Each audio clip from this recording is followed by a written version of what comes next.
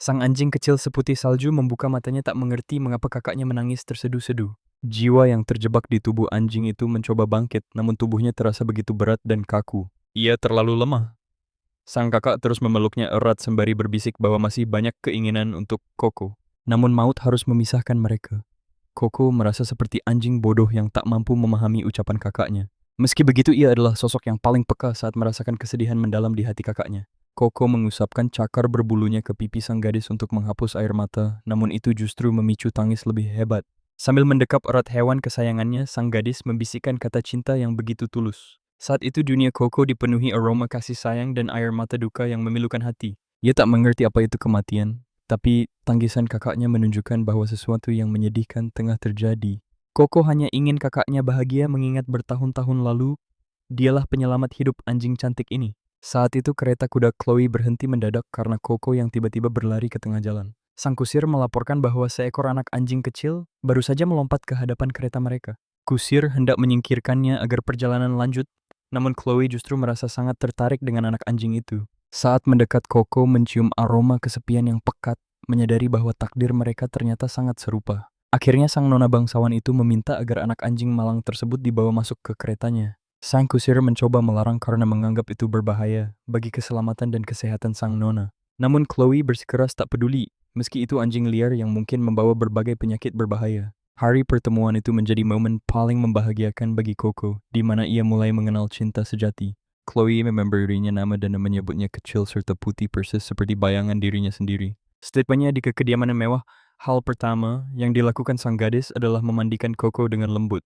Kini, Koko memiliki makanan lezat dan identitas baru menemani Chloe yang sering membaca surat-surat cinta. Terkadang Chloe berperawannya karena mencuri makanan manusia yang bisa membuat perut mungilnya sakit luar biasa. Musim berganti dan bunga bermekaran berkali-kali selama mereka menghabiskan waktu bersama dalam kebahagiaan. Sebagai anjing yang sangat bahagia, keinginan terbesar Koko hanyalah mengungkapkan rasa cintanya kepada sang pemilik. Namun Ace hanya bisa menggonggong berharap Chloe mengerti bahasa cintanya di tengah duka kematian yang mendekat. Sebelum ajal menjemput, ia berdoa agar di kehidupan mendatang, ia bisa terlahir kembali sebagai putri kandungnya. Saat pandangannya mulai meredup, Koko merapalkan keinginan terakhirnya demi kebahagiaan sang kakak tercinta. Jiwanya pun meninggalkan raga bersiap menuju perjalanan panjang ke tempat yang benar-benar baru baginya. Itu adalah perjalanan menuju bintang anjing, tempat berkumpulnya berbagai ras anjing dari seluruh penjuru. Dari sana Koko terus mengawasi bumi, tak pernah sedetik pun mengalihkan pandangannya dari sang majikan.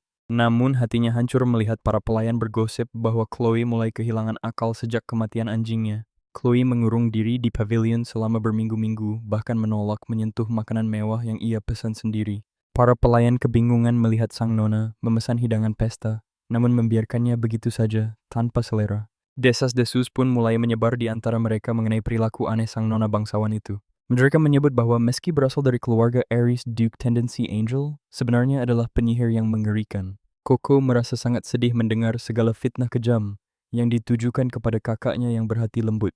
Ia sangat merindukan saat-saat ia bisa menghapus kesedihan kakaknya hanya dengan sebuah usapan dan senyuman hangat. Kerinduan mendalam terhadap sang kakak membuat hatinya terasa hampa di alam baka yang asing itu. Tiba-tiba sesosok golden retriever raksasa yang merupakan dewa anjing menghampiri dan mempertanyakan sikap diamnya. Sang dewa berkata bahwa seharusnya Koko bermain dan menikmati ubi manis seperti anjing-anjing lainnya di sana. Apakah ia ingin menjadi anjing paling malang di bintang anjing? Tentu saja Koko mengabaikan tawaran itu. Baginya senyuman sang kakak jauh lebih berharga daripada jalan-jalan atau sekadar makan ubi manis yang lezat. Sebuah gagasan nekat tiba-tiba terlintas di dalam benak kecilnya untuk mengubah takdir yang menyedihkan ini. Izami memohon kepada dewa anjing agar diizinkan berinkarnasi menjadi manusia demi memenuhi janji menjadi seorang putri. Sang dewa terkejut dan menyebut itu mustahil, lebih baik memberinya mainan baru ataupun ubi manis raksasa. Namun keinginannya tampak mustahil untuk dikabulkan. Meski begitu Koko tetap bersikeras dengan keputusannya sendiri. Sambil berteriak, dia memohon demi menemui kakaknya. Baginya tak ada hal lain yang lebih berarti di dunia ini. Jiwanya terlalu indah untuk sekadar dipulangkan ke bumi. Menjadi manusia adalah satu-satunya dambaan terdalam yang ia inginkan. Sang dewa anjing menghela napas panjang menganggap semua anjing sama-sama keras kepala. Namun setelah merenung sejenak, ia ragu memberikan izin reinkarnasi. Sebab anjing yang menjadi manusia biasanya berakhir dalam penderitaan yang sangat mendalam. Dengan tatapan penuh rasa ingin tahu, Koko segera mempertanyakan alasan di balik hal tersebut. Tu Sando menjelaskan bahwa meski sang kakak takkan merasakan kedekatan nyata, Koko takkan bisa menghapus fakta bahwa ia adalah seekor anjing. Tentu saja Koko tak melihat itu sebagai masalah. Dia yakin bisa menjalin persahabatan kembali seperti saat mereka bersama dulu. Namun Dewa memperingatkan hal lain. Jika sang kakak tak mengenalinya dalam 5 tahun, Koko harus kembali ke bentang anjing. Mendengar ia bisa bersama kakaknya dalam waktu selama itu, hati Koko langsung dipenuhi kegembiraan yang luar biasa. Sang dewa seolah tak percaya melihat Koko yang sama sekali tidak mengkhawatirkan risiko sebesar itu. Ia pun mencoba memperjelas keadaan. Jika engkau hidup bersamanya lalu harus pergi lagi, bukankah jiwamu akan jauh lebih menderita? Tanpa ragu, Koko melompat penuh semangat dan meyakinkan bahwa semuanya pasti akan baik-baik saja. Dia rela melakukan apapun demi waktu tambahan bersama kakaknya. Namun sang dewa terus mencoba membujuknya agar menyerah. Dunia manusia penuh kekejaman tanpa nurani, dan sang dewa sangat meragukan apakah Koko sanggup menanggung beban seberat itu. Namun dengan polosnya, Koko menjawab bahwa dirinya pun adalah seekor anjing yang cukup nakal. Dia sering mencuri camilan, dan tetap menjilat lukanya diam-diam meski sang kakak sudah melarangnya dengan tegas. Sambil menghela napas, dewa menyadari betapa tulusnya makhluk ini, hingga akhirnya ia memutuskan untuk mengabulkan permintaan tersebut. Warisan Barakawa menjadi manusia dewa membekalinya dengan 3 kemampuan luar biasa yang akan sangat berguna bagi keselamatannya. Kemampuan pertama adalah anugerah unik untuk bisa berkomunikasi dengan sesama hewan dan juga tumbuh-tumbuhan. Kedua adalah kemampuan meramal masa depan, sebuah bakat nubuat.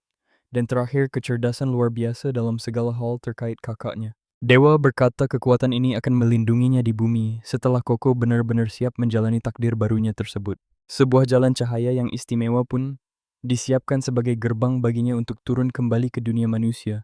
Kawanan anjing lain berkumpul untuk melepas kepergiannya, bahkan menitipkan salam rindu untuk orang-orang tersayang yang mereka tinggalkan. Koko merasa sangat bahagia dan bersyukur karena akhirnya diberikan kesempatan ajaib yang sangat ia impikan ini. Dengan penuh keyakinan, dia berjanji pada semua yang hadir untuk menjalankan misinya dengan sebaik mungkin. Anak anjing yang kecil, namun pemberani itu kini bersiap memulai petualangan demi pertemuan yang telah lama ia nantikan. Akhirnya Koko terbangun di Kadipaten Ardos sebagai manusia. Saat membuka mata, suasana yang sangat akrab langsung menyambut penglihatannya. Itulah kediaman mewah tempat sang kakak tinggal selama ini. Akhirnya dia benar-benar telah sampai di dunia manusia. Koko segera menatap tubuh barunya dengan takjub. Tangan dan kakinya kini benar-benar menyerupai milik manusia sejati pada umumnya. Seolah mimpi yang menjadi nyata. Dia tak percaya bahwa kini ia telah menjadi manusia seutuhnya, bukan lagi anjing. Tentu saja sensasi asing ini sungguh mendebarkan baginya. Namun takdir tidak menjadikannya sebagai anak dari kakaknya sendiri.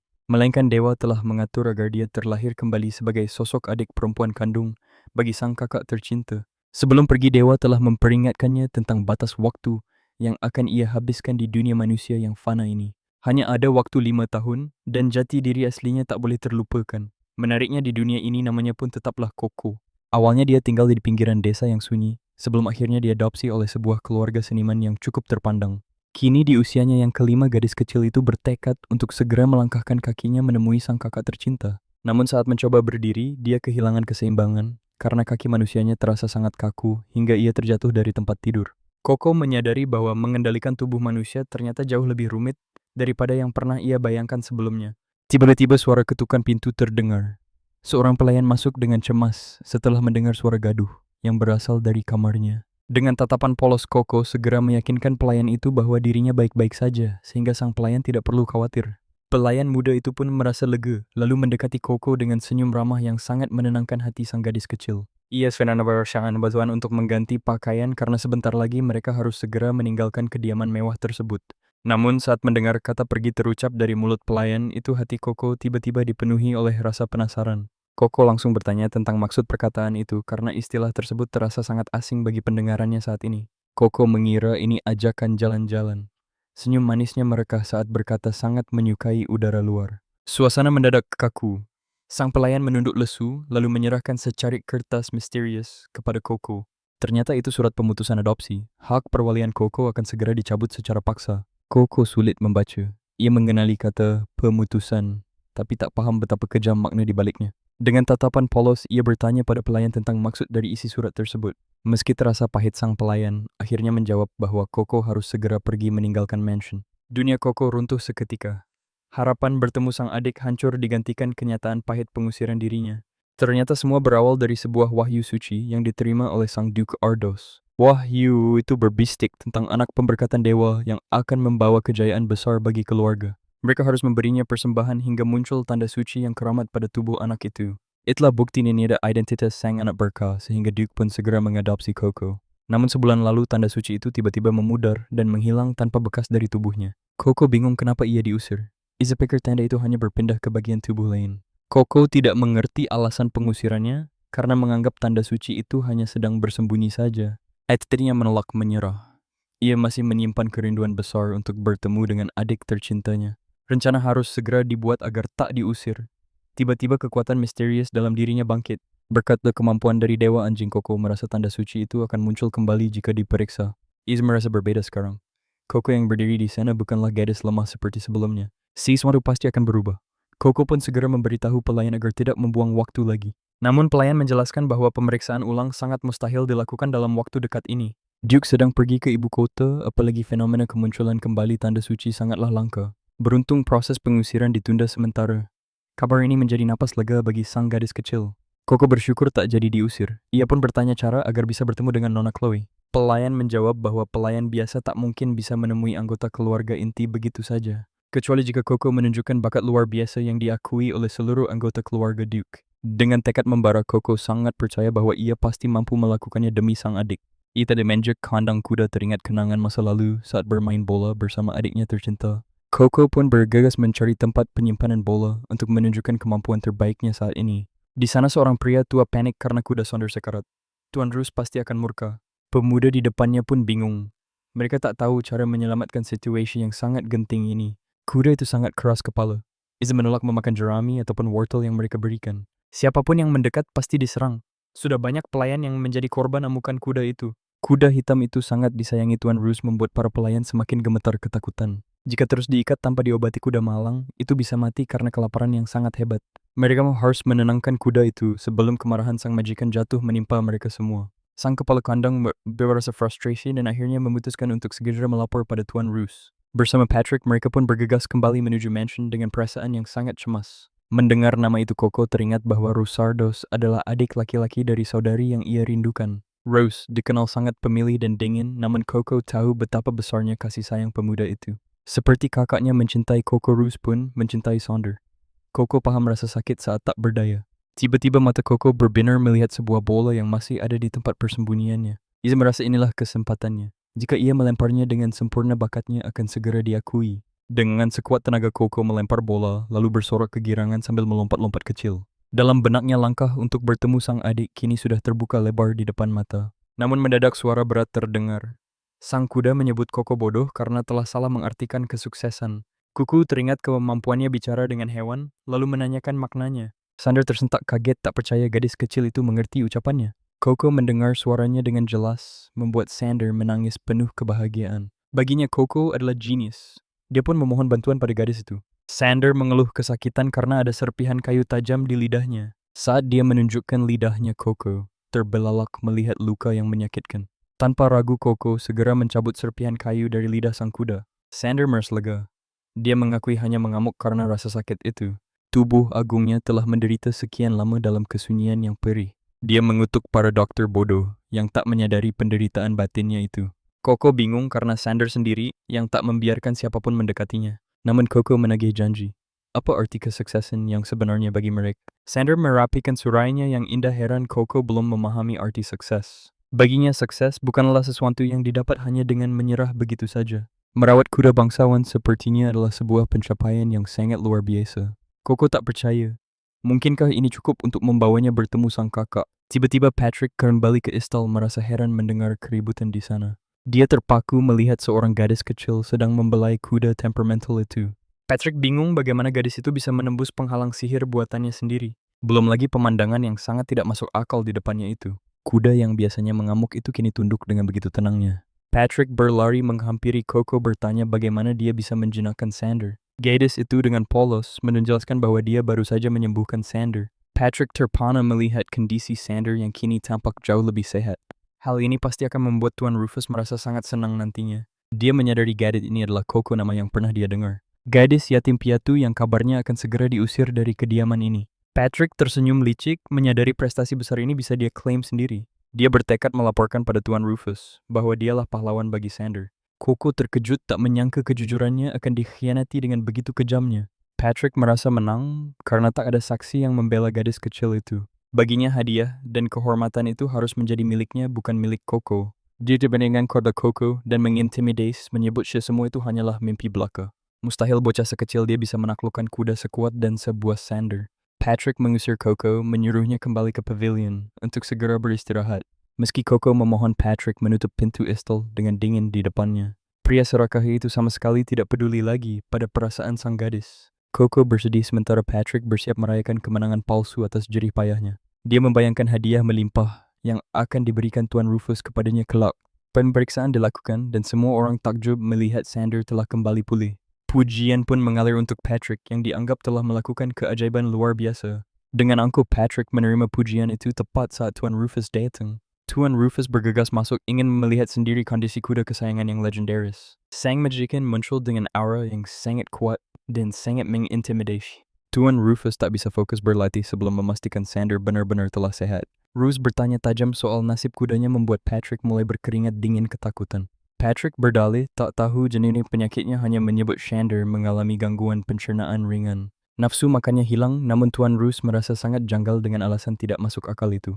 Patrick pun mulai bersilat lidah mengklaim bahwa sifat sang kuda telah berubah total sekarang.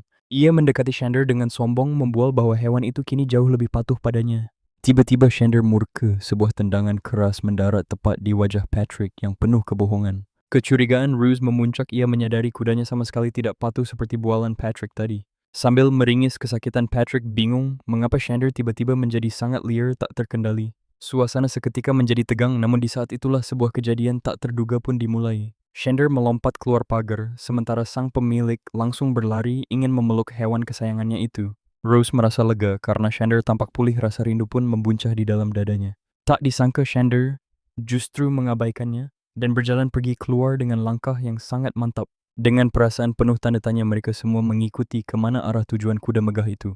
Tuan Ruse terpaku, merasa terasing oleh hewan yang biasanya selalu setia di samping dirinya. Semuanya terasa sangat aneh, hingga mereka melihat seorang gadis kecil yang menyambut kedatangan Sander. Gadis itu memeluk Sander erat, bersyukur karena sang kuda telah sembuh dari penderitaan panjangnya. Baginya melihat Sander sehat kembali adalah kebahagiaan terbesar yang tak ternilai harganya saat ini. Ruse tertegun melihat Sander yang begitu manja, kontras dengan sikap kasarnya pada Patrick tadi. Patrick berteriak panik dan mendesak agar gadis asing itu segera diusir karena dianggap berbahaya. Ia terus menghasut tuannya bahwa kehadiran anak itu bisa membawa petaka bagi mereka semua. Dengan berani Coco maju dan mengungkap kebenaran bahwa dialah sosok yang sebenarnya menyembuhkan Sander. Nama gadis itu bergaung di telinga Ruse, memicu sebuah ingatan lama yang terasa akrab. Patrick merka dan langsung menuduh Coco berbohong besar demi mencari perhatian di depan tuannya. Coco tak gentar, ia menunjukkan sebuah duri tajam yang berhasil ia cabut dari lidah Sander. Semua mata tertuju pada duri itu seketika Ruse menyadari kebenaran di balik penderitaan kudanya. Ternyata ada sebuah rahasia besar yang tersembunyi sebelum momen dramatis ini akhirnya terjadi. Sebelumnya Coco sempat merasa sangat sedih karena diusir tanpa diberi kesempatan untuk menjelaskan segalanya. Ia tahu Patrick berniat mencuri jasanya, maka Coco pun menyusun rencana cerdik demi keadilan. Sebuah ide muncul saat di kandang. Coco sempat bertanya pada Sander tentang asal duri itu. Sander menceritakan perjalanan panjang bersama sang majikan selama 10 tahun di negeri seberang sana. Setelah 10 tahun merantau, mereka baru saja kembali ke tanah air 1 minggu yang lalu. Di padang rumput asing, Sander memakan bunga cantik yang ternyata menyimpan duri sangat menyiksa. Bunga langka itu tak tumbuh di sini, membuat orang lokal kebingungan mendiagnosis rasa sakitnya. Kini tiba saatnya bagi Coco untuk membeberkan bukti nyata itu kepada sang pemilik kuda tersebut. Penjelasan Coco tentang duri bunga eksotis itu membuat Ruse terpana dan mulai berpikir keras. Ia mengamati duri biru yang unik itu, menyadari tak ada tumbuhan lokal yang memilikinya. Semua kepingan teka-teki mulai menyatu sesuai dengan rute perjalanan mereka menuju ibu kota kerajaan. Akhirnya terungkap bukan masalah pencernaan melainkan duri. Inilah sumber malapetaka bagi Sander selama ini. Sang perawat kuda pun mengonfirmasi bahwa kesimpulan gadis kecil itu 100% benar adanya. Luka bekas duri itu terlihat jelas membuktikan ketajaman mata dan ketulusan hati sang gadis cilik. Sander tampak sangat menghormati Coco layaknya seorang pahlawan sejati yang telah menyelamatkan nyawanya. Ruse mengakui kenyataan bahwa Sander kini lebih nyaman berada di dekat Coco daripada dengannya. Tatapan tajam Ruse beralih pada Patrick, menyadari kebohongan pelayan licik yang ingin mencuri jasa. Gemetar ketakutan Patrick langsung bersujud, memohon ampunan atas keserakahan dan dusta yang ia perbuat. Demi sebuah pengakuan palsu ia tega mengabaikan rasa sakit hewan malang itu hingga menyesal. Pria itu sadar hukuman berat menantinya sementara Coco mengamati situasi dengan tegang. Amarah Rus sungguh mengerikan. Coco merasa bersalah karena Patrick harus menanggung murka itu. Patrick dimarahi habis-habisan. Coco merasa sangat sedih namun ia tak berdaya sekarang. Meski dicap anak nakal, Coco bertekad menemui kakaknya. Kegagalan bukanlah pilihan baginya. Pria itu terus memohon ampun, namun Rus membungkamnya. Ia muak mendengar kebisingan yang mengganggu. Tatapannya beralih pada si gadis. Siapa kau sebenarnya, pelayan ataukah seorang dokter hewan? Sebelum sempat menjawab, sang kuda justru menyela. Ia memohon maaf karena mengganggu percakapan. Secara mengejutkan, ia mengungkapkan bahwa gadis kecil ini adalah putri bungsu keluarga tersebut. Patrick seketika panik mendengar hal itu. Apa benarkah dia putri bungsu keluarga ini? Ia tak percaya bahwa selama dirinya di luar negeri, mereka telah memiliki anggota baru. Rose menjelaskan kebenarannya. Gadis ini diadopsi setelah keluarga mereka menerima sebuah wahyu suci. Mendengar itu, Patrick mulai tenang. Ia teringat kabar burung serupa saat ia masih studi. Ia bertanya apakah Coco kini adiknya, namun gadis itu menggeleng cepat membantah hal itu. Rooster heran dan menanyakan apa sebenarnya alasan di balik pemikirannya tersebut. Coco menjelaskan tanpa tanda suci, ia akan diusir. Namun kesuksesannya hari ini memberinya harapan. Melihat keberanian dan kegigihan luar biasa gadis kecil itu, Rus pun tersenyum tipis. Ternyata ia menyelamatkan Sonder demi bertahan di keluarga. Gadis yang cukup cerdik rupanya. Sayangnya Rus tak memiliki wewenang menahannya, sehingga keinginan gadis itu tak bisa dikabulkan. Coco memprotes, ia hanya menagih janji bahwa kesuksesannya akan membuahkan sebuah pertemuan keluarga. Dengan tatapan penuh harap, ia memohon diperbolehkan menemui Lady Chloe secara langsung sekarang. Rus terkejut. Kenapa gadis semungil ini nekat ingin menemui Chloe yang penuh rumor mengerikan? Sementara itu, Lady Chloe terus mengurung diri di dalam kamar gelapnya yang sunyi. Hatinya hancur karena merindukan Coco hingga ia kehilangan semangat untuk melakukan apapun. Saat terus menjenguknya, kondisi Chloe memprihatinkan. Inti mananya bahkan sudah rusak parah sekarang. Ia ditanda dengan kekuatan tak terkendali. Rose sangat cemas, namun Chloe justru menepis perhatiannya. Chloe tak ingin dikasihani. Hal itu membuat amarah Rose kembali terpancing keluar seketika. Sebagai kakak, ia berhak khawatir, namun Chloe menutup telinga dan enggan mendengarkan apapun. Chloe mengusirnya dengan dingin. Rose pun heran mengapa Coco nekat ingin menemui wanita itu. Sejak kematian anjing kesayangannya, perangai Chloe menjadi jauh lebih sulit untuk dikendalikan siapapun. Meski berjasa menyelamatkan Sander, Rose takkan membiarkan Coco bertemu Chloe dalam kondisi tidak stabil. Rose memintanya memilih keinginan lain karena menemui Chloe saat ini adalah tindakan sangat berbahaya. Coco bersikeras bahwa Lady Chloe tidak berbahaya. Baginya hanya pertemuan inilah yang ia inginkan. Ia berpohon agar Rose luluh. Pertemuan ini adalah hal paling penting bagi hidupnya. Rose pun tertegun. Ia tak menyangka keinginan gadis itu begitu kuat hingga sulit ditolak. Kami berkata pada Deichman, Rose bertergumam pada asistennya. Ia heran mengapa gadis itu menjemput maut. Padahal harta dan mainan sudah ditawarkan, namun semuanya ia tolak mentah-mentah tanpa ragu. Asistennya tersenyum. Menurutnya mungkin saja Chloe dan gadis itu bisa menjalin ikatan persahabatan unik. Mendengar spekulasi konyol dari asistennya tersebut, Rose tentu saja merasa sangat terkejut. Mereka berdua sangat berbeda, namun sang asisten tetap pada pendiriannya dan memberikan alasan kuat. Tatapan hangat Chloe pada hewan mirip dengan cara gadis itu mengelus Sander penuh kasih. Setelah beberapa waktu berlalu, penantian itu pun berakhir. Coco akhirnya menerima surat izin kunjungan. Tanpa membuang waktu, ia segera bergegas menuju pavilion. Tahap pertama misinya sukses. Ia sudah memetik bunga segar sebagai hadiah pertemuan pertama mereka. Seperti Chloe, Coco sangat mencintai bunga. Ia mendesak pelayan berjalan cepat karena tak sabar. Namun sang pelayan merasa cemas. Mengapa gadis sekecil ini harus pergi ke pavilion terpencil? Penampilannya begitu buruk rupa. Sang wanita pun tak mengerti mengapa dia sampai nekat melakukan hal ini. Namun Coco memilih abai karena dia tahu tak ada gunanya mencoba membuktikan apapun saat ini. Matanya tertuju pada bangunan kecil dekat mansion. Saat bertanya, pelayan menjawab itu adalah makam anjing kesayangan Nyonya Kla. Para pelayan muda menjaganya siang dan malam demi menuruti perintah sang Nyonya tanpa celah sedikit pun. Mendengarnya, hati Coco bergetar. Ternyata itu makamnya. Dia merasa sangat tersentuh karena kakaknya masih mengingat dirinya. Kenangan itu tak pernah pudar. Pelayan itu berbisik banyak yang bilang hidup anjing itu jauh lebih beruntung. Wanita itu heran, mengapa makam semegah ini dibangun untuk anjing tua. Tentu saja Coco merasa sangat tersinggung. Dia bersikeras bahwa dirinya anak anjing yang manis dan tidak tua. Namun sang pelayan justru menyanggah pernyataannya. Kabarnya anjing itu mati di usia 15 tahun. Jika dihitung umur manusia, dia sudah pantas dipanggil nenek. Coco tertegun. Di dalam hatinya dia masih merasa seperti anak anjing kecil, bukan sosok tua yang renta.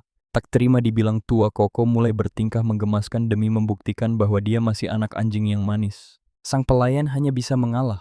Dia paham tak ada gunanya berdebat dengan imajinasi seorang anak kecil. Setibanya di gerbang istana, sang pelayan membungkuk meminta maaf, karena langkahnya hanya bisa sampai di sana. Koko terkejut dan bertanya mengapa. Pelayan itu menjelaskan bahwa mansion Nyonya Chloe sedang dalam pengawasan ketat. Karena itulah hanya mereka yang memiliki izin khusus yang diperbolehkan melintasi ambang pintu mansion tersebut. Meski kecewa, harus berjuang sendiri, Koko melangkah masuk dengan tekad kuat untuk segera menemui adiknya di kamar. Namun saat pintu terbuka, seorang pelayan lain sudah mengadang. Tatapannya dingin dan sama sekali tidak terlihat ramah. Dengan nada mengintimidasi, dia bertanya siapa Koko dan apa tujuannya berani datang ke mansion megah ini. Koko segera memperkenalkan diri sambil menyodorkan surat izin sembari menanyakan identitas wanita katus di hadapannya itu. Ternyata dia pelayan pribadi sang nyonya. Setelah memeriksa izin, dia mengabarkan bahwa nyonya sedang menjamu tamu penting. Sang pelayan berkata dengan dingin bahwa dia akan menyampaikan pesan Koko kepada nyonya nanti. Ada kemungkinan mereka tak bisa bertemu hari ini, tapi Koko bukanlah tipe orang yang mudah menyerah begitu saja. Koko bersedia menunggu meski sang pelayan tidak bisa memberi kepastian berapa lama waktu yang akan dihabiskan. Walau harus menunggu hingga selamanya pun, bagi Koko itu bukanlah masalah besar demi sebuah pertemuan berharga. Karena kegigihannya, pelayan itu akhirnya mengantar Koko ke ruang lain agar tidak terus berdiri di ambang pintu. Dulu, setiap kali kakaknya pergi keluar, Koko selalu setia menunggu di depan pintu hingga dia kembali. Dan setiap kali sang kakak kembali pulang, pelukan hangat serta ciuman kasih sayang selalu menjadi penyambutnya. Koko yakin jika dia bersabar, mereka akhirnya bisa bertemu kembali setelah bertahun-tahun terpisah oleh takdir yang kejam. Waktu terus bergulir dalam keheningan. Koko bahkan disuguhi secangkir teh hangat dan hidangan penutup yang tampak manis. Hidangannya sudah habis, namun sang kakak tak kunjung datang. Para pelayan mulai berbisik heran melihat kesabaran gadis itu. Mereka tak habis pikir mengapa gadis pengganggu ini begitu keras kepala, dan apa sebenarnya keinginan tersembunyinya. Hati Koko mulai diselimuti kegelisahan. Perlahan dia menyadari bahwa kakaknya mungkin memang tidak akan datang menemuinya. Padahal dulu penantiannya selalu berujung manis. Kenyataan pahit ini membuat dadanya terasa sesak oleh kesedihan mendalam. Mungkinkah segalanya berubah karena kini dia telah menjadi manusia? Namun dia tak boleh membiarkan situasi ini berlanjut. Jika Chloe tak datang, maka dialah yang akan melangkah. Niatnya tulus, dia ingin kembali bersahabat dengan Chloe. Koko harus memutar otak. Sebuah rencana baru diperlukan agar dia bisa segera berhadapan langsung dengan adik kecilnya. Sementara itu di ruang tamu, Chloe memang tengah menjamu seorang tamu agung, yaitu Madame Teresa yang anggun. Kehadiran Madame Teresa membuat para pelayan terpana. Pesonanya benar-benar memikat siapapun yang berada di ruangan itu. Di balik punggung sang nyonya, mereka berbisik bahwa kali ini Madame Teresa datang untuk membawa bantuan bagi Chloe. Pele yang lain menimpali bahwa setiap kali dia melihat mereka berdua berada dalam satu ruangan yang sama, perbedaan mereka sangat mencolok. Kekuatan gelap Chloe seolah mencerminkan aura suram yang menyelimuti seluruh karakter dan penampilan.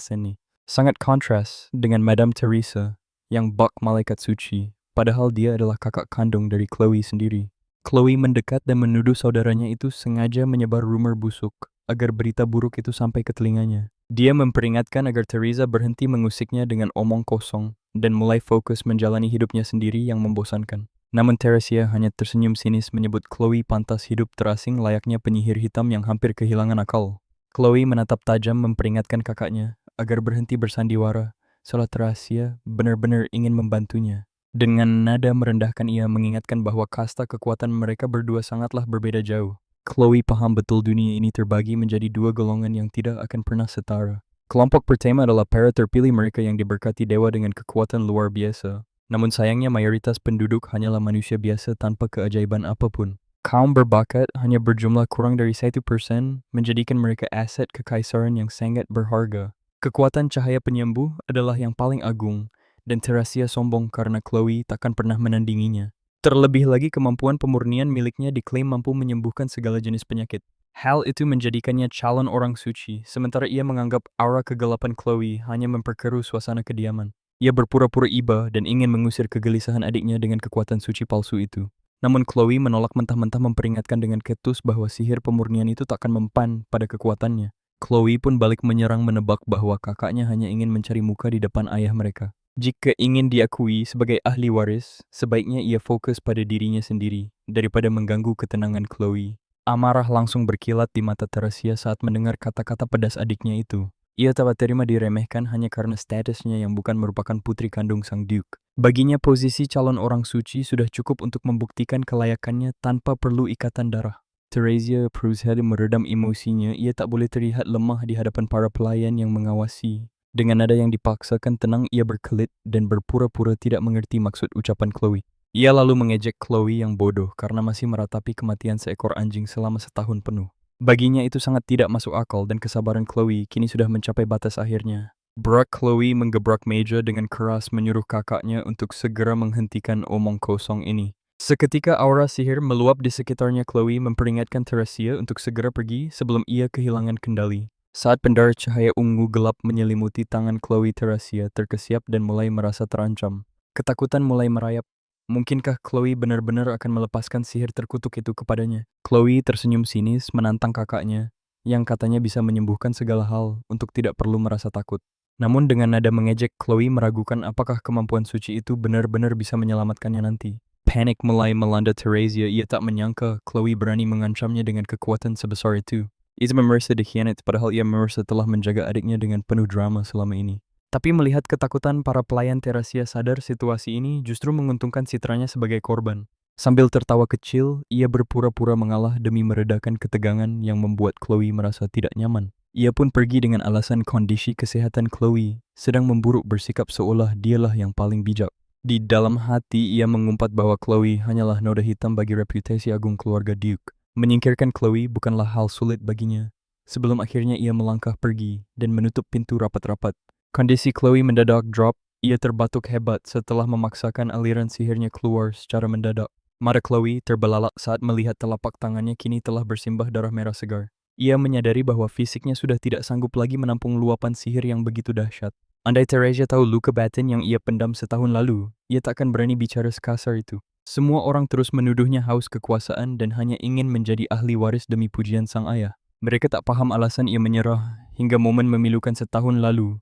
Saat Coco dimakamkan menghancurkan hatinya, Chloe menjerit histeris memohon dengan sangat agar mereka berhenti mengubur satu-satunya teman yang ia miliki. Baginya Coco bukan sekadar hewan melainkan keluarga berharga yang tidak pantas diperlakukan sekejam itu. Namun sang ayah justru bersikap dingin, menganggap kesedihan Chloe hanyalah sebuah drama yang berlebihan. Chloe hancur mendengar ucapan ayahnya karena Coco jauh lebih berarti daripada sekadar seekor anjing peliharaan. Coco adalah satu-satunya makhluk yang mencintainya dengan tulus, tanpa menuntut apapun dari dirinya. Dialah sahabat sejati dan keluarga satu-satunya yang ingin Chloe lindungi lebih dari nyawanya sendiri. Saat bersama Coco, ia akhirnya bisa menjadi dirinya sendiri tanpa perlu merasa malu.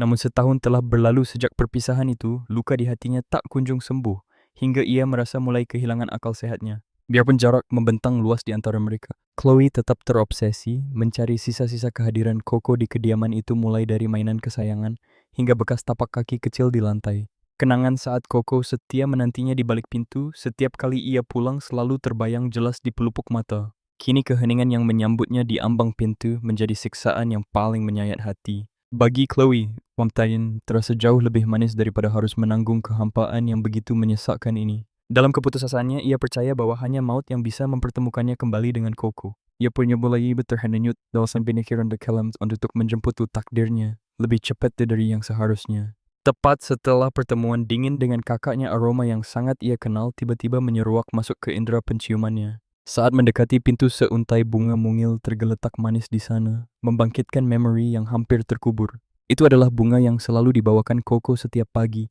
dan kenyataan itu justru membuat hatinya semakin hancur berkeping-keping. Amarahnya meledak seketika, ia yakin ini hanyalah taktik licik Teresa untuk mempermainkan perasaannya yang sedang rapuh.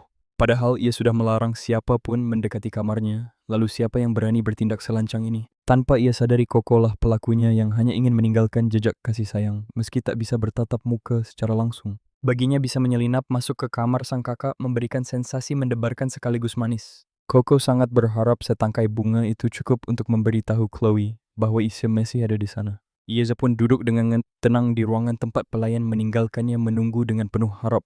Tak lama kemudian, sang pelayan datang dengan raut cemas dan bertanya apakah ia telah pergi ke suatu tempat secara diam-diam. Kabar bahwa bunga bawaannya ditemukan di dekat kamar Mistress Chloe membuat gadis kecil itu tersenyum bangga penuh kemenangan. Dengan penuh semangat ia mengakuinya, dan tak sabar ingin tahu apakah Chloe sudah melihat hadiahnya. Namun di luar dugaan sang pelayan justru membentaknya memperingatkan bahwa tindakannya sangatlah tidak tepat dan berbahaya. Kabarnya Mistress Chloe sangat murka karena kehadiran bunga misterius yang ditinggalkannya tadi. Jika amarah itu memicu energi kegelapan, nyawa Chloe bisa berada dalam ancaman yang sangat fatal. Coco tertegun bingung, bukankah kakaknya sangat mencintai bunga berwarna ungu itu lebih dari apapun? Ia bahkan sempat terpikir untuk membawakan ubi manis yang lezat demi menghibur suasana hati kakaknya. Tiba-tiba perintah turun agar sang pelaku segera dibawa menghadap ke kamar sang majikan tanpa penundaan. Bagi Coco ini adalah kesempatan emas yang telah lama dinantinya untuk bisa bertemu kembali dengan Chloe. Ia melompat kegirangan penuh sukacita membuat sang pelayan hanya bisa ternganga melihat reaksi tak terduga itu.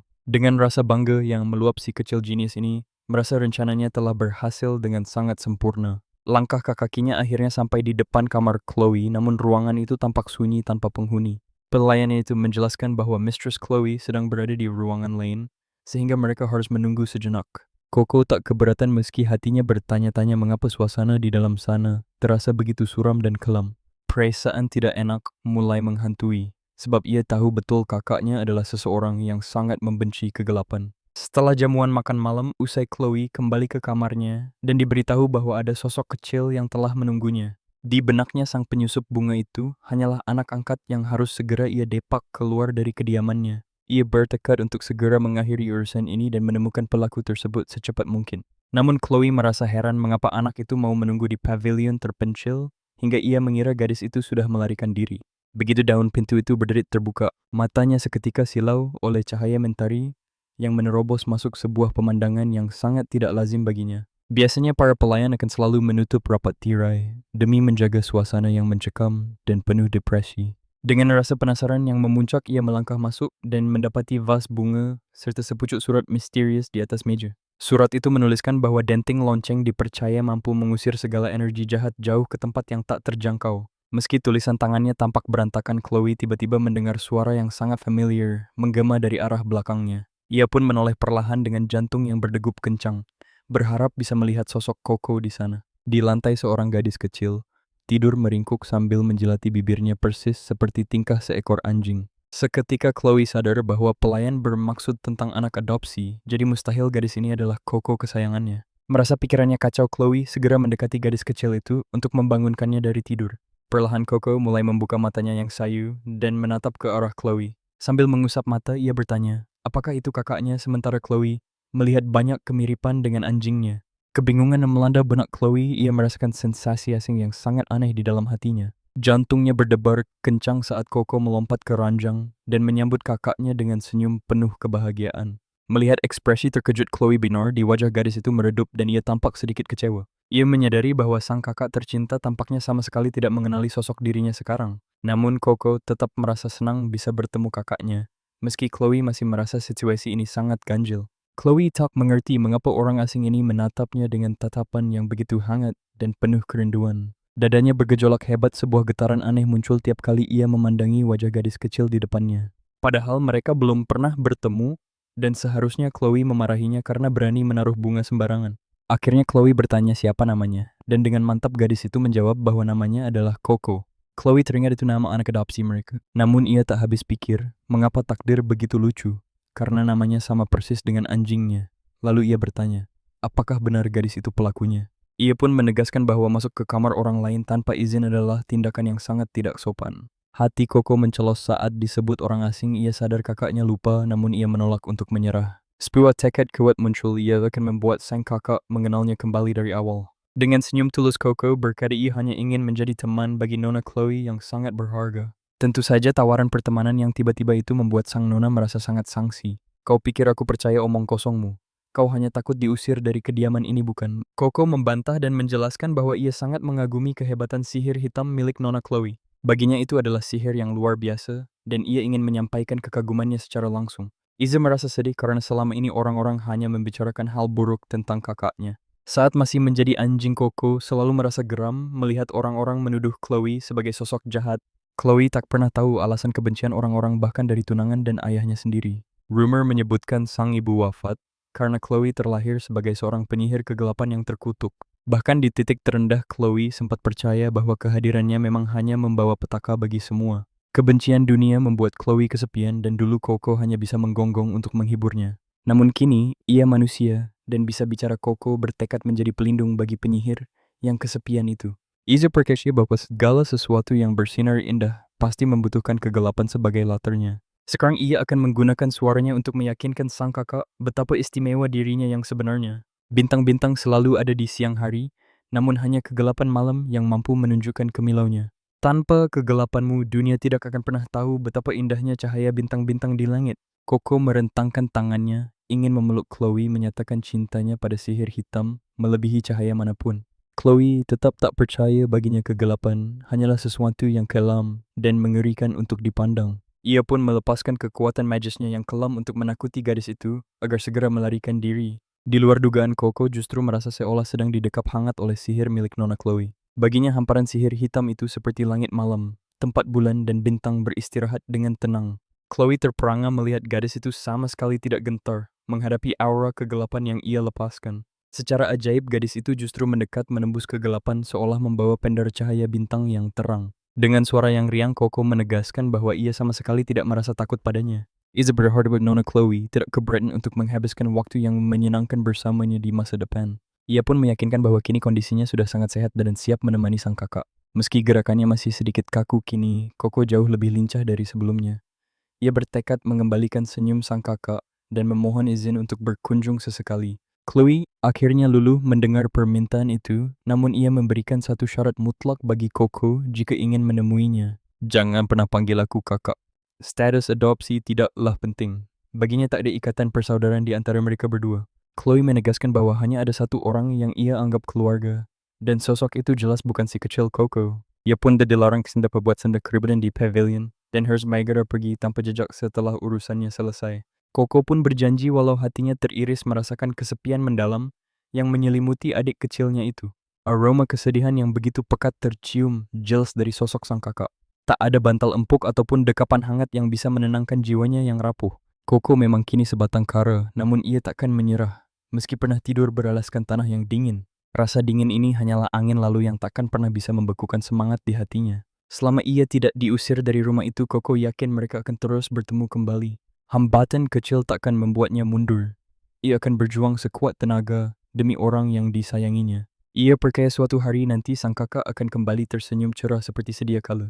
Esok paginya Coco bersiap dengan gaun tercantik demi menghabiskan waktu yang indah bersama Chloe. Namun saat menyusuri lorong, ia dikejutkan oleh sekawanan tikus yang tiba-tiba berlarian di depannya. Coco pun mengernyit heran hingga seekor tikus menyapanya dengan sebutan si anak anjing. Ia sangat terkejut bisa memahami bahasa tikus, hingga mereka menyinggung soal berkat dewa anjing. Benar saja, anugerah suci itu memungkinkannya berkomunikasi dengan para hewan tanpa kendala sedikit pun. Tak disangka tikus mungil itu memperkenalkan dirinya sebagai sang raja tikus yang agung. Ia menjelaskan bahwa dewa anjinglah yang memerintahkan mereka untuk mendatangi pavilion terpencil tersebut.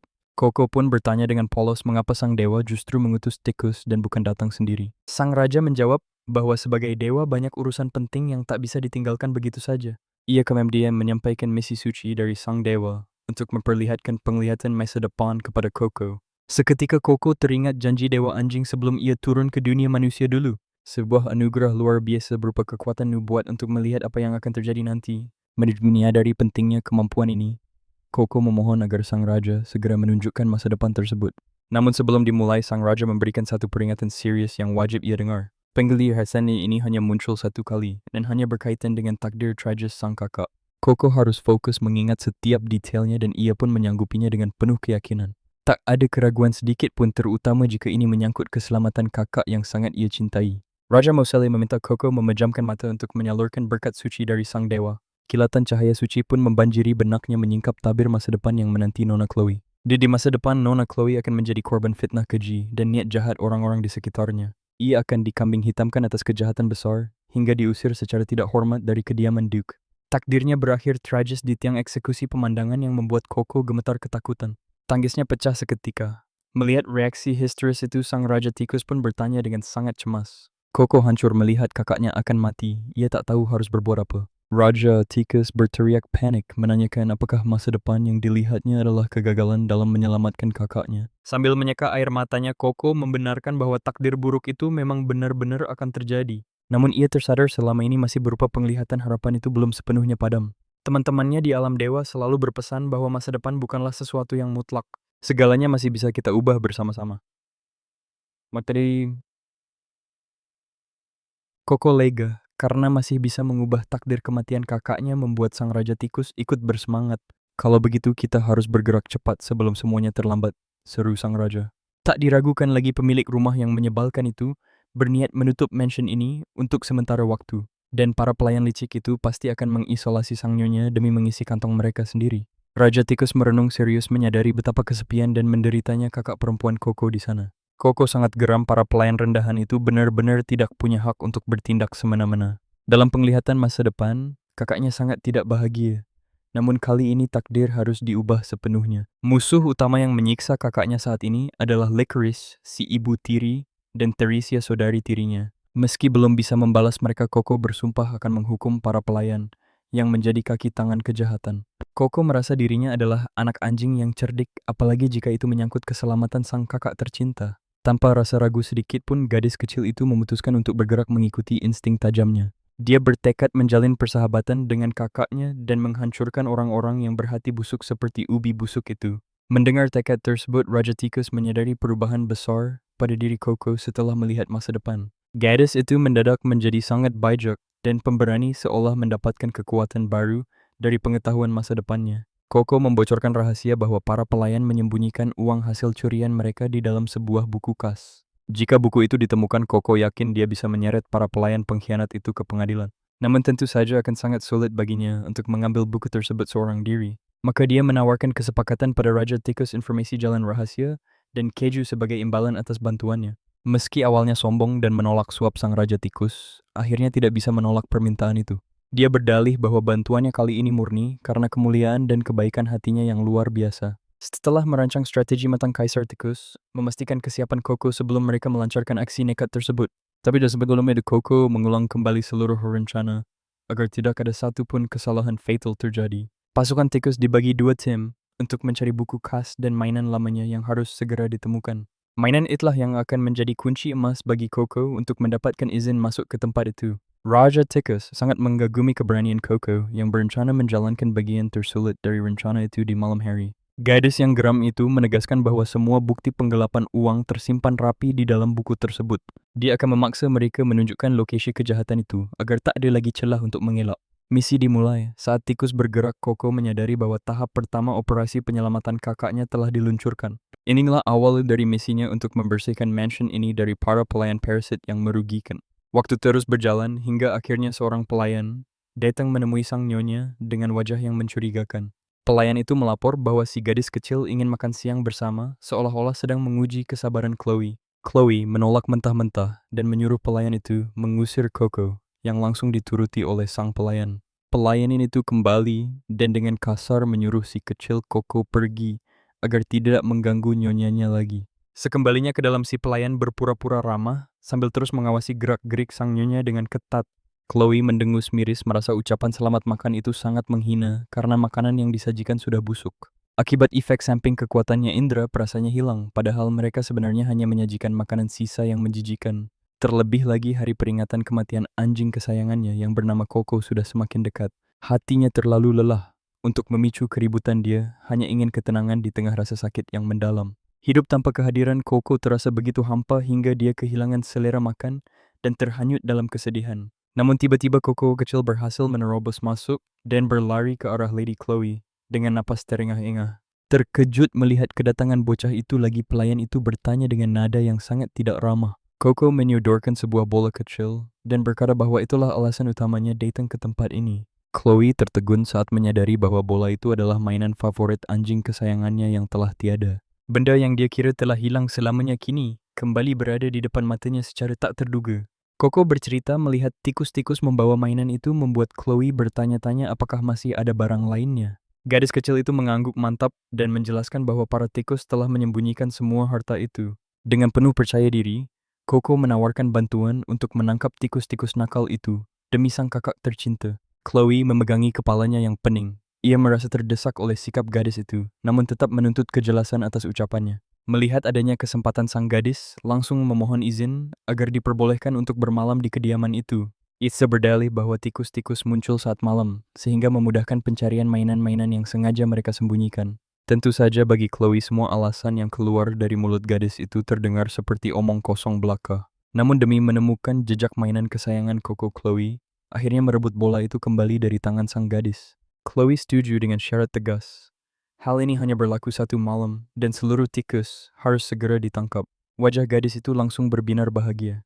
Ia bersumpah akan meringkus setiap hama kecil itu tanpa ada satupun yang tersisa. Setelah memohon maaf atas kelancangannya, ia meminta izin untuk tetap berada di dalam ruang makan itu sejenak. Gadis itu menatap jijik ke arah hidangan yang tampak mengerikan, lalu segera melangkah pergi memalingkan wajahnya. Tirai disibak membiarkan mentari menyapu kegelapan ruangan. Sementara Chloe hanya berdiri diam mengamati segalanya dengan saksama. Tengah malam para tikus membawa laporan rahasia. Buku yang dicari ternyata tersimpan rapat di gudang makanan bawah tanah. Berbekal petunjuk dari para tikus Coco akhirnya berhasil menyusup ke tempat tersembunyi itu. Hanya beberapa langkah lagi menuju tujuannya. Namun seketika suara bisikan para pelayan menghentikan langkahnya. Salah satu pelayan berkata bahwa hukuman Chloe kali ini hanyalah kurungan untuk menghemat biaya. Rekannya tertawa sinis mengejek Chloe, yang dulunya pebisnis sukses kini justru berakhir menyedihkan. Amarah Coco seketika membara mendengar semua hinaan keji tersebut. Ingin rasanya ia mencabik pelayan itu, namun demi sang kakak ia harus menahan diri. Bersama para tikus, ia pun menyusun rencana cerdik untuk mengusir mereka tanpa meninggalkan jejak. Saat gadis itu sampai di lokasi tujuan, bau yang sangat mencurigakan tercium di udara persis seperti peringatan yang diberikan oleh para tikus. Firasat buruk menyelimuti hatinya saat ia melangkah masuk ke ruangan penuh kotak dan tong misterius. Aroma itu pun kian tajam. Pandangannya tertuju pada tumpukan kotak. Di bawah selimut itu bau rahasia menuntunnya menemukan buku terlarang para pelayan jahat. Coco bersorak dalam hati, akhirnya ia punya bukti untuk mempermalukan mereka. Ia pun segera menyembunyikan buku itu di saku gaunnya. Namun, tepat saat ia hendak melarikan diri, terdengar suara langkah pelayan yang mendekat ke arah pintu. Tanpa ampun pintu itu pun terbuka lebar setelah kecurigaan muncul. Mereka menggerutu karena menganggap suara tikus-tikus di dalam sangat mengganggu. Pelayan lainnya tampak skeptis dan menganggap itu hanya imajinasi. Namun mereka tetap mulai mengedarkan pandangan ke seluruh sudut ruangan. Demi memastikan semuanya aman, mereka pun memeriksa ruangan sementara Coco meringkuk gemetar di balik kotak-kotak kayu. Ketakutan mulai menyerang. Dalam kepasrahan, Coco berdoa pada Dewa Anjing agar ia bisa lolos dari situasi kritis ini. Sial, tangan dingin salah satu pelayan menyambar gaunnya. Akhirnya tikus kecil yang mereka cari telah berhasil tertangkap. Ia mengejek persembunyian Coco yang dianggap sangat rapi, lalu memerintahkan rekannya untuk segera memanggil kepala pelayan. Mereka harus menentukan nasib gadis kecil yang malang ini. Coco tersentak menyadari dirinya dalam bahaya besar. Ia telah jatuh ke tangan para pelayan yang berhati busuk. Ia harusnya memastikan bahwa buku rahasia itu tidak ketahuan. Namun pelayan itu terus menatapnya dengan penuh rasa kemenangan. Tidak mengejutkan pikirnya. Kenapa gadis yang biasanya sangat berisik ini tiba-tiba menghilang dan bersembunyi? Coco dihempaskan ke lantai dengan kasar. Tak lama kemudian, sang kepala pelayan pun muncul dengan aura yang mencekam. Ia menatap tajam dan berkata bahwa anak baik seharusnya sudah terlelap di ranjang mereka sejak tadi. Dengan nada mengancam, ia memaksa Coco menceritakan segala yang ia lihat atau konsekuensi yang sangat berat akan menantinya. Jika Coco tetap bungkam dan tidak mengaku, Duchess akan segera mengetahuinya dan mengusirnya dari kediaman ini. Coco berusaha keras untuk tetap terlihat tenang. Ia menguatkan hati dengan pikiran bahwa tidak akan ada yang bisa mengusirnya begitu saja. Dengan berani ia berbohong mengaku sedang mencari mainan berdecit milik Duchess yang hilang di ruangan gelap tersebut. Itulah alibi cerdas yang sudah ia siapkan. Sebuah rencana matang jika identitas dan keberadaannya sampai terbongkar. Sang kepala pelayan menatapnya penuh keheranan, tak percaya. Ia nekat turun ke ruang bawah tanah gelap ini hanya demi mainan anjing. Tentu saja rasa tidak percaya membuatnya terus membantah. Tapi Coco menegaskan bahwa ini adalah perintah Nyonya Chloe yang tak bisa diganggu-gugat. Tepat pada saat itu, sang kepala pelayan baru saja hendak melontarkan kata-katanya. Namun suaranya tertahan saat Nyonya Chloe tiba-tiba muncul di belakangnya menatap tajam dan mempertanyakan kehadiran mereka di sana. Binar kebahagiaan terpancar saat ia melihat adiknya. Tanpa ragu ia berlari untuk memberikan pelukan hangat yang telah lama dirindukan. Di sisi lain, para pelayan merasa sangat terkejut. Mereka tak habis pikir mengapa sang Nyonya Agung sudi mendatangi tempat seperti ini. Sebenarnya sebelum ini Coco telah memberitahu sang Nyonya bahwa ia akan pergi mencari mainan itu sendirian. Ida sempat bertanya apakah ia harus segera kembali ke kamarnya, berharap mereka bisa menghabiskan malam bersama karena hari kian gelap. Namun Chloe berpesan agar ia berteriak, mainan berdecit, dengan lantang di tempat yang sama saat benda itu ditemukan. Sang nyonya pun berjanji bahwa ia akan segera datang menjemput dimanapun gadis itu berada. Dan saat Coco melihat adiknya sudah berdiri di hadapannya, ia benar-benar terpaku dalam keheranan yang luar biasa. Seakan tak percaya sang nyonya sungguh menepati janji, ia segera menyerahkan mainan tersebut sebagai bukti keberhasilan tugasnya. Pelayan itu hendak protes, namun Chloe membungkamnya dengan isyarat dingin. Ia memuji Coco sebagai anak bayi lalu mengambil mainan itu. Tiba-tiba Coco mengangkat tangan kecilnya dan mengaku telah menemukan sesuatu yang tersembunyi. Sebuah buku mencurigakan dengan aksara asing yang misterius. Sang Duchess pun segera meraihnya dengan penuh selidik. Chloe mengambil buku itu lalu berbisik dingin bahwa pembicaraan ini akan berlanjut nanti. Iza menyuruh si kecil naik ke atas, lalu dengan tatapan murka, Iza memerintahkan para pelayan untuk mengikutinya. Di banding bawah di tanah, Chloe bertanya apakah mereka menikmati pertemuan rahasia tiap malam untuk berkomplot melawannya. Apa kalian sungguh mengira aku akan buta selamanya terhadap pengkhianatan ini? Sang pelayan tidak mengerti mengapa watak Chloe tiba-tiba berubah menjadi begitu mengintimidasi. Padahal sebelumnya ia tidak pernah peduli, membuat perubahan ini terasa sangat ganjil dan mencekam. Dengan waspada pelayan itu bertanya mengapa sang nyonya baru bertindak tegas jika sudah tahu segalanya. Chloe menjawab tenang bahwa ia sudah tahu segalanya, hanya saja selama ini ia tidak peduli. Satu kesalahan fatal menyentuh anak itu. Kini mereka harus membayar mahal kebiadaban mereka.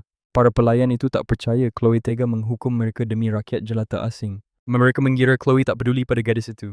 Ternyata asumsi mereka salah besar. Si pelayan tetap angkuh karena merasa dilindungi oleh perintah rahasia dari Terasia. Misinya jelas awasi Chloe dan rebut kendali penuh atas kediaman megah ini. Sebab sejak awal pelayan ini adalah mata-mata setia milik Duchess Lucrece.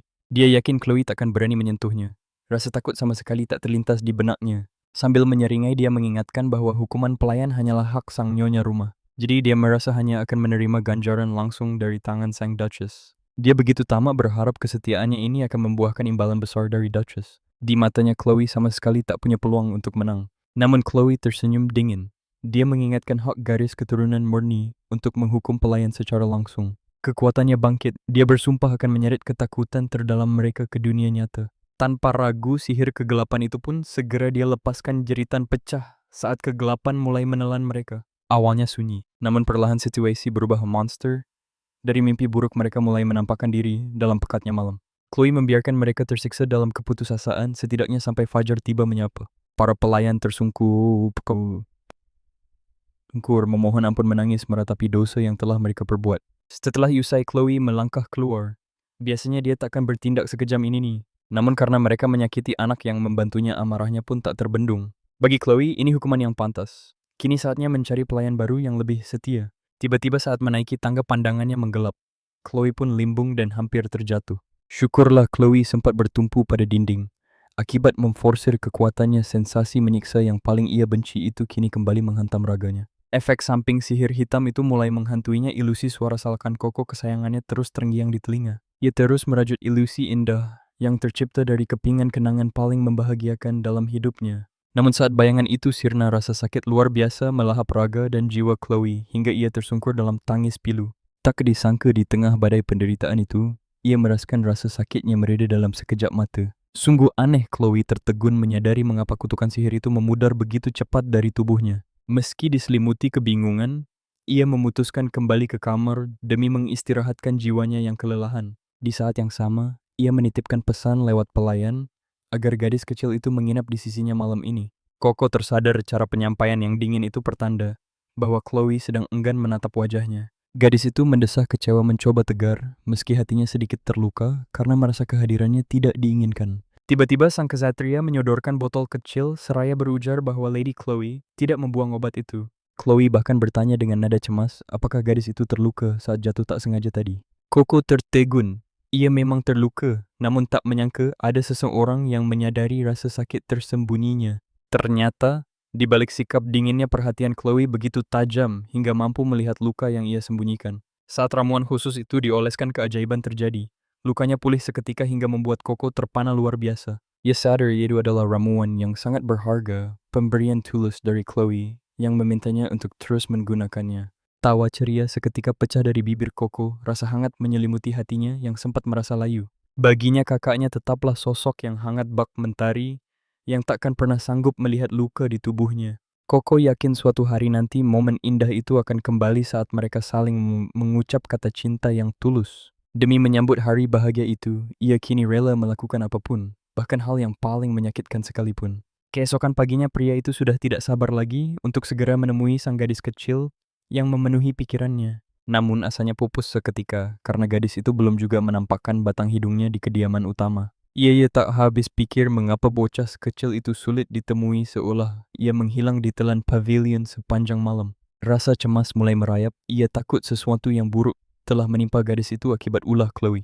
Tak tenang sepanjang hari, ia akhirnya nekat menuju pavilion terpisah demi memastikan keadaan gadis itu dengan mata kepalanya sendiri. Dengan napas yang terengah-engah, ia berlari kencang menuju ambang pintu masuk kediaman tersebut. Pemandangan mengejutkan menyambutnya. Koko tampak terlelap pulas tepat di lantai teras depan pintu. Marahnya memuncak, ia sangat takut jika Chloe telah kehilangan akal sehat dan mengusir anak itu dengan kasar.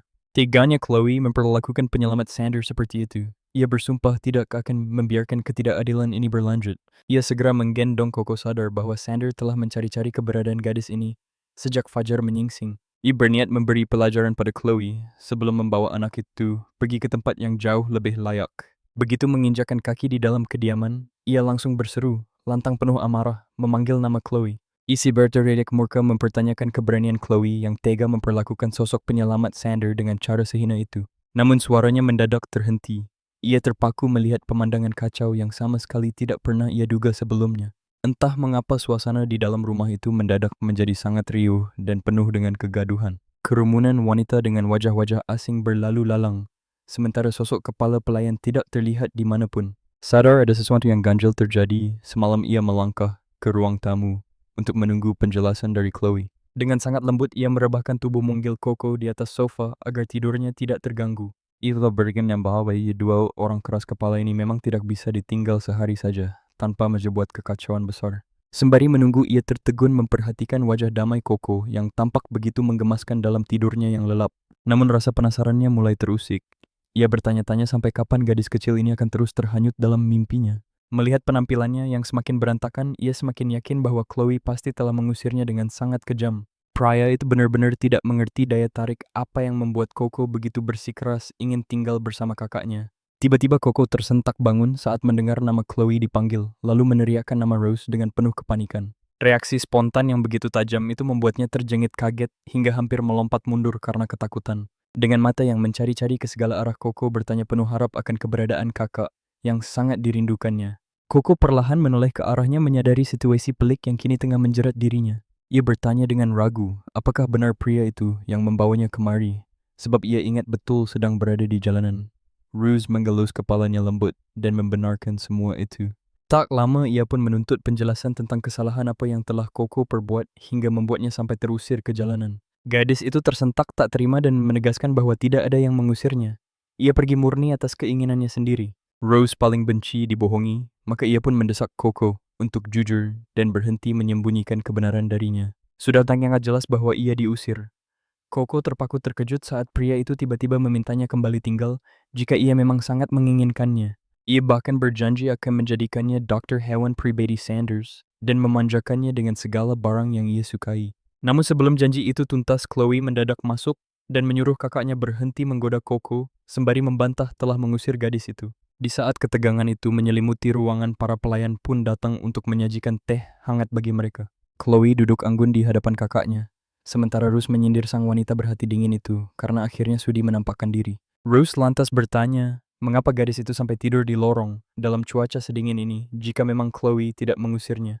Chloe terperangah mendengar soal lorong itu dan balik bertanya omong kosong apa yang sedang kakaknya bicarakan. Sebab ia sendiri sedang sibuk menyiapkan kamar terpisah dengan segala kemewahan dan fasilitas lengkap untuk ditempati Koko. Merasa tak nyaman melihat mereka berselisih, Koko menyela pembicaraan dan berdalih ia hanya ingin mengagumi cahaya indah dari jendela. Namun pada akhirnya kehangatan sinar matahari yang begitu nyaman justru membuatnya terbuai hingga tertidur pulas. Koko merutuki dirinya sendiri karena kecerobohannya hampir saja membuat sang adik terlihat seperti sosok kakak yang sangat kejam. Tentu saja pria itu tidak semudah itu mempercayai alasan yang terdengar sangat tidak masuk akal tersebut. Tapi Chloe tiba-tiba tersenyum dan menggoda apa gunanya pergi keluar untuk menonton cahaya jika ujung-ujungnya malah jatuh tertidur. Coco mencoba menjawab, namun Rose tak lagi mendengarkan karena ia terlalu terpana melihat senyuman yang merekah di wajah adiknya. Pria itu menatap sekeliling dan menyadari bahwa mansion yang biasanya suram kini terasa jauh lebih terang dan hangat. Suasananya sungguh terasa berbeda 180 derajat dari saat terakhir kali ia berkunjung ke tempat ini. Ia memandangi Coco dan Chloe yang berbincang tenang seolah sang adik telah kembali menjadi dirinya yang dulu sebelum kegilaan melanda.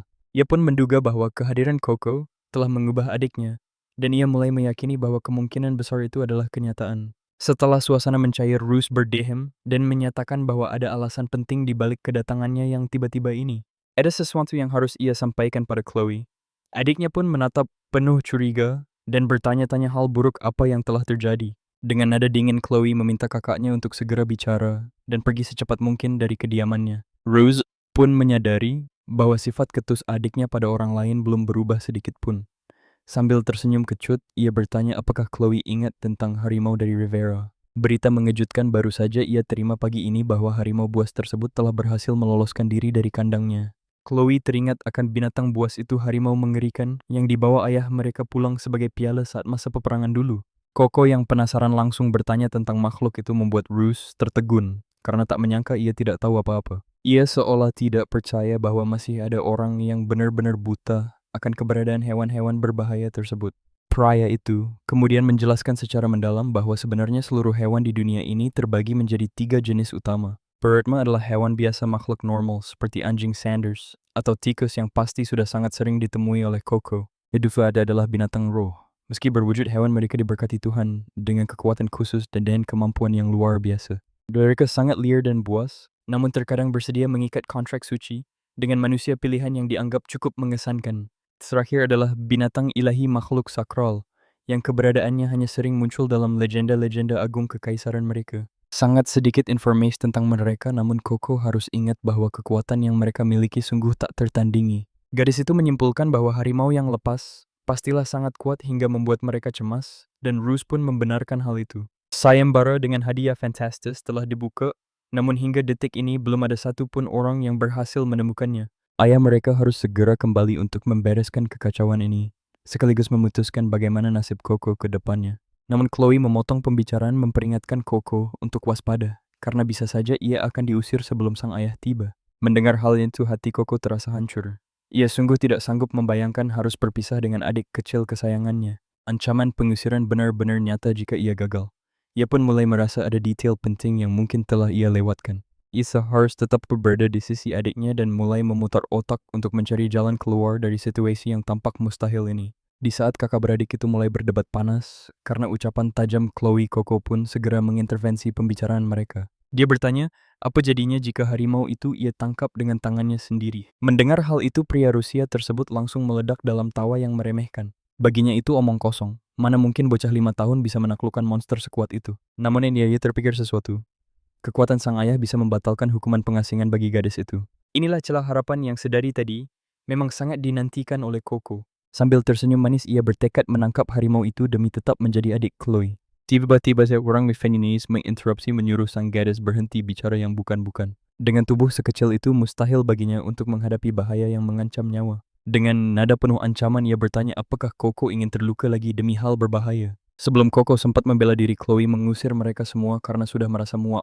Setelah keheningan itu berlalu, sang gadis yakin bahwa sikap dingin kakaknya hanyalah bentuk dari rasa khawatir yang tulus. Coco bertekad membuktikan kekuatannya sebagai anak anjing tangguh. Lalu ia membangkitkan kekuatan gaibnya, sebuah anugerah dari kaum anjing untuk memanggil seluruh hewan di perkebunan berkumpul di sana. Saat seluruh hewan telah berkumpul, sang gadis memohon bantuan mereka untuk melacak keberadaan harimau misterius yang ia cari. Namun tentu saja Kaisar Tikus dan Sander merasa sangat keberatan dengan rencana gila itu. Mereka tak paham bagaimana anak anjing mungil bisa melawan binatang suci yang sangat perkasa. Raja Tikus memprotes keras karena harimau itu bisa melahapnya hanya dalam satu gigitan saja. Sadar mereka ketakutan, Coco bertanya apakah ada hewan lain yang berani membantu misinya ini. Teman-temannya hanya bisa terdiam lesu karena tak ada satupun yang berani mendekat. Risikonya terlalu besar untuk melangkah maju, namun Coco harus menemukan sang harimau secepat mungkin. Di tengah keputusasaannya, menyusun rencana baru tanpa bantuan siapapun. Tiba-tiba saja Kaisar Tikus menyebutkan sebuah tempat terlarang yang dihindari oleh insting murni kaum mereka. Koko yakin disitulah tempat sang harimau legendaris menyembunyikan diri dari dunia luar. Meski nyalinya menciut sang tikus, tak punya pilihan selain menemani perjalanan berbahaya Koko tersebut. Walaupun menyandang gelar kaisar yang sangat agung, kenyataannya justru berbanding terbalik. Tubuhnya gemetar hebat karena ketakutan saat Koko membawanya pergi menuju misi yang mengerikan itu. Koko berjanji akan menaruh badannya terlelap sebelum bahaya datang agar ia tidak perlu merasa takut. Namun saat mulai mendekat, sang tikus kembali merengek karena merasa tempat itu terlalu berbahaya. Ia sangat takut mati, tapi sang gadis bersumpah akan melindunginya dengan segenap kekuatannya. Reaksi itu sangatlah wajar karena insting hewan lemah akan selalu menjauhi wilayah sang predator. Bukankah tempat yang paling dihindari justru menjadi petunjuk utama untuk menemukan sang harimau? Setelah berjalan cukup jauh meninggalkan kastil, tiba-tiba King Masha memekik dengan suara yang keras. Koko terkejut saat sang tikus memperingatkan bahwa kaki kecilnya hampir menginjak sarang maut harimau. Dan tepat saat Koko mengambil langkah berikutnya di tanah itu, raungan menggelegar dari harimau suci pecah seketika tepat di hadapannya yang tak terduga. Melihat King Masha yang sangat ketakutan, ia segera menyembunyikannya ke dalam tas yang aman. Ia membiarkan temannya tertidur agar terhindar dari kengerian aura yang dipancarkan oleh sang predator. Koko menyadari bahwa ketakutan sang tikus adalah tanda nyata bahwa sarang itu sudah dekat. Namun karena area hutan yang sangat luas, ia bingung bagaimana menemukan wujud aslinya. Tanpa menyerah, ia mulai memeriksa setiap celah pohon dan semak demi mencari sang harimau. Waktu terus berlalu dengan sangat cepat, namun tanda-tanda keberadaan harimau itu belum juga muncul. Hati Koko mulai merasa sangat cemas karena ia harus menyelesaikannya sebelum sang Duke kembali.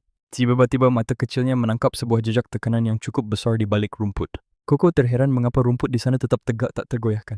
Padahal angin menderu hebat seolah ada sosok besar yang sedang menghimpit rerumputan itu. Seketika sebuah firasat muncul. Mungkinkah harimau legendaris itu ada di hadapannya? Konon makhluk spiritual memiliki aura magis yang mampu menipu pandangan manusia. Jika ia menggunakan ilmu penyamar, maka sang harimau pasti sedang berdiri tepat di depannya. Koko berbisik pelan mengakui kehadirannya. Seketika tabir sihir pecah dan menampakkan sosok agung itu.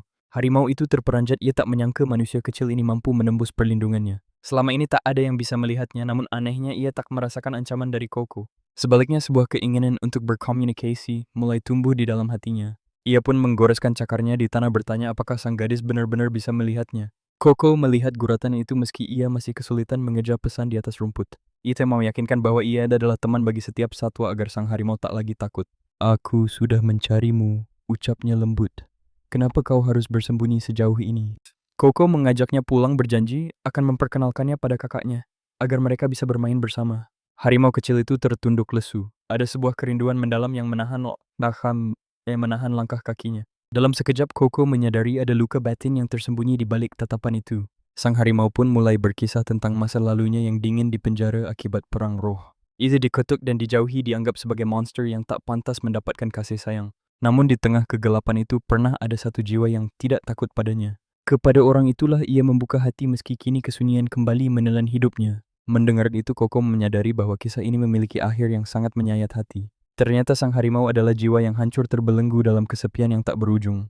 Ia tak sanggup bercerita lagi, namun tiba-tiba Koko berhenti dan menatapnya dengan penuh arti. Baginya kehadiran sang harimau adalah sesuatu yang sangat istimewa dan berharga.